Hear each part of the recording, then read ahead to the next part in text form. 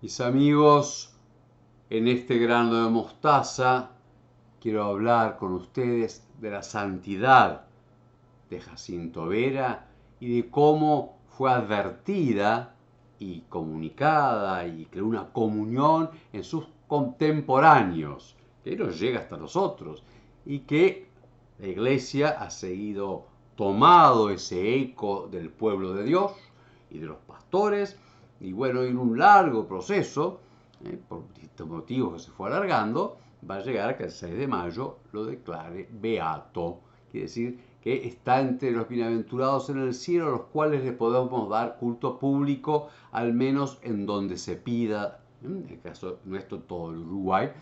Porque el 6 de mayo, el mismo día de la beatificación, es el dies natalis, el día de su nacimiento a la gloria. El definitivo, el que vale. Quedará siempre como memoria del beato Jacinto Vera. Y yo quiero un poco, bueno, es ocasión, si no lo sabemos, y aunque lo sepamos degustar, el testimonio de su santidad. Él, como es una persona compleja en ese sentido de rica, rica aún de su historia, rapidísima, ¿no? Nacido de migrantes, en el mar, que venían con otros tres hijos, y el vientre de la madre, ahí nace, bautizado en Santa Catarina, en los asesinados de Esterro, en Brasil, y después, bueno, venían para acá, para el Uruguay, campesinos españoles, y se va haciendo paisano, criollo, uruguayo, que gaucho, trabaja en una zona, después compra en otra, cerca de Toledo, que es una cercanía a Montevideo más o menos. Bueno, y allí, en esa familia, en una capilla rural, Nuestra Señora del Carmen, llamada de Doña Ana, porque la había edificado esa señora en su tierra. Hoy está allí el Vivero Nacional Alejandro Gallinal y queda la edificación modificada. Allí iba, allí, así con esa práctica cristiana ordinaria de la fe, del rosario, de la misa dominical. Después ya, a veces viniendo a Montevideo, estaban cerca, estaban a 20 y tantos kilómetros, al convento de los franciscanos, allí es donde hizo su primera confesión, eso lo sabemos. Su primera comunión fue en la capilla, allí en Toledo. Existía todavía el pueblo, la localidad actual de Toledo. Y bueno, contrato con, a medida que creció, también contrato con sacerdotes. Lázaro Gadea, que acá en Uruguay es muy importante, fue constituyente del 30, un patriota, en fin, pariente de Artigas, en fin, fue el que le enseñó los primeros pasos y le enseñó más. Cuando él a los 19 años encuentra la vocación haciendo los ejercicios con otros sacerdotes del clero secular, con el padre Barreiro y otro grupo, ¿sí? Ahí empieza, va a aprender latín, y va también creciendo su madurez, si quiere su entrar más en la vida urbana, su cultura. Después va a estudiar en Buenos Aires con los jesuitas, ahí se va a codiar con gente que después ya eran de familias importantes, son doctores, etc. Así que crecen. Uno es muy inteligente, así lo señala tanto Gadea como los padres jesuitas, los títulos que tiene, piadoso, observante, religioso, al mismo tiempo con una capacidad de líder, porque donde estaba, ya aún en la capilla, hay testimonio de un amigo de él, ¿no? Todos se juntaban ante él por su humildad, por su simpatía, por su transacción. Y también en Buenos Aires, los señores más de familia vivían en sus casas, otros que vivían de provincia, en internados en los jesuitas. Él había conseguido de prestado, porque no tenía plata, y casi se vuelve, un cuartito bajo una escalera en lo que era la biblioteca y de comienzo de la biblioteca de Buenos Aires. Pero ahí donde se reunían a repasar las lecciones, sus círculos de estudios, porque él, después los jesuitas, cuando lo vieron lo valioso, le ofrecieron el internado y él lo siguió allí. Entonces, él, decidido del clero secular, se le ofrecieron otras oportunidades. No, su vocación era del clero que estuviera en medio del pueblo, en las localidades, etc. Y tuvo, así que fue una complejísima su educación, riquísima. Después va a ser cura de Canelones, que era con una inmensa campaña y pueblos, que es la mitad de ese departamento actual y más. Después va a ser vicario apostólico, que va a tener por un lado, el recorrido misionero por todo el país, una, dos, tres veces cuando no hay un puente, un río, una entrega generosa a la evangelización sin límite, y también todo el gobierno empieza a buscar sus seminaristas, a formarlos, a crear, los envía a Santa Fe, que es un pequeño seminario junto a los jesuitas. Bueno, la curia, él va a armar la iglesia en Uruguay, va a ser primero obispo y se llama imparte, o sea, titular, hasta que se crea con él la diócesis.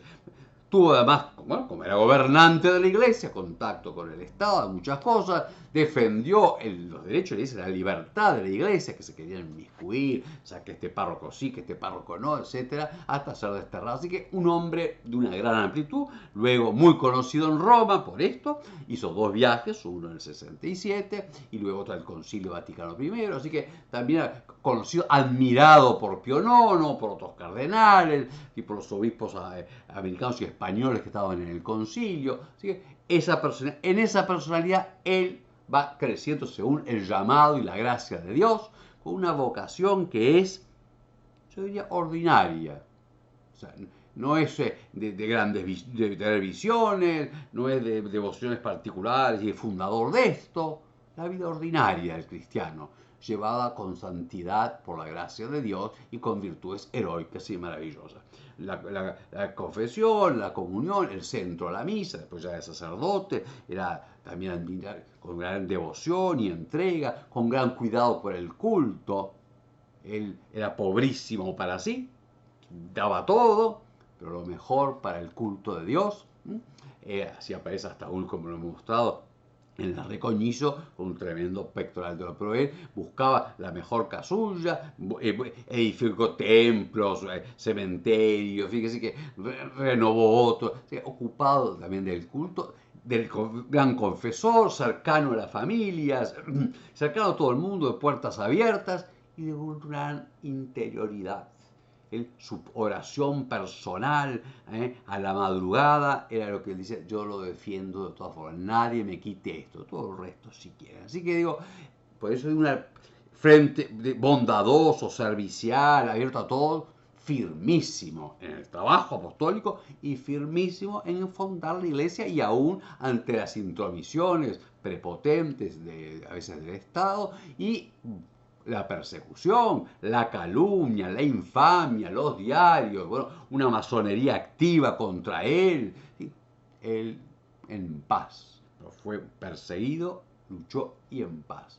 Y bueno, vamos, en esa, ya digo, los medios ordinarios, los sacramentos, la oración, el rosario, la meditación, la vida litúrgica, el oficio divino y el año litúrgico fue su alimento y su santidad. Descuella, por supuesto, por el amor a los pobres, personal, digo, hasta dar todo, hasta los pantalones propios, sacárselos y dárselos así en la calle, entra un zaguán, sacar los pantalones y dárselo a un pobre. Pero organizativo, cuando fue la gran epidemia, organizó la sociedad de socorro a los pobres, o sea, y dinámico, pero al mismo tiempo con una gran interioridad, hacía sus ejercicios personales todos los años, aparte de los ejercicios para el clero que él ya había instituido anualmente, los suyos propios, pero con un gran tesoro interior. Bueno, nuestros antepasados dan testimonio de esta santidad, de esta cercanía y de este amor que él se ganó del pueblo. Y así, por ejemplo, en la iglesia catedral, que es un precioso monumento, ya lo hemos mostrado, lo vamos a mostrar, y vale la pena si está en Montevideo ir a verlo, que se mandó a hacer que se juntó por monedas, bueno, y ahí dedicado, en los lados hay dos escritos en latín, los voy a ir traducidos. Uno es: sumamente ilustre por la santidad de vida, caridad, modestia y celo pastoral, consolador de los desdichados, a todos, aún los alejados, los extraños, los atrajo a su amor. Sufriendo la labor al modo de los apóstoles, constantemente y con devoción, en la religión cristiana cuidó al pueblo y formó al clero. Y del otro lado, significando ese gran monumento precioso, dice: a ningún ciudadano se le dio un culto con un ánimo tan concorde. Toda la ciudad, el pueblo entero, concordaron en un luto amargo y solemne. Él mismo y celebraron su nombre, sus virtudes y méritos con dignas alabanzas. Él mismo se erigió un monumento más perenne que el bronce en el corazón del pueblo. Este hombre, un testimonio de quien lo conoció, de los jóvenes que él formó, estos recuerdos personales, avivados por la referencia de aquellos años y también hechos conocidos por tradición de familia, me permiten afirmar que entre las muchas virtudes de aquel varón privilegiado, sobre cuya piedad y celo el concepto popular era tan unánime como alto, sobresalían netamente 4 cualidades. La del apóstol de la caridad, la de pobreza voluntaria y humildad, su pasión por el reino de Dios mediante la enseñanza cristiana y un carácter de hierro inquebrantable e irreductible en medio de una gran bondad. Ante todos los actos donde veía un ataque o desconocimiento de las autoridades oficiales de la República a los fueros de la Iglesia cuya jefatura la Santa Sede le confiara. Este conjunto de virtudes de vida cristiana desbordante que Dios nos regala como testimonio, como mediador, y en el caso del Uruguay, casi como fundamento de su iglesia, era en una vida, digo, común, en una vida cercana. Y así lo testigua otro que lo conoció muy de cerca. El conjunto de virtudes sinceramente practicadas, sin ostentación, que se hacían sentir así en las mansiones de los favorecidos por la fortuna, como en las más humildes chozas de los pobres, fueron, poco a poco, formando a su alrededor una fama de santidad en el concepto de cuantos se acercaban a él. Acerquémonos a Jacinto Vera.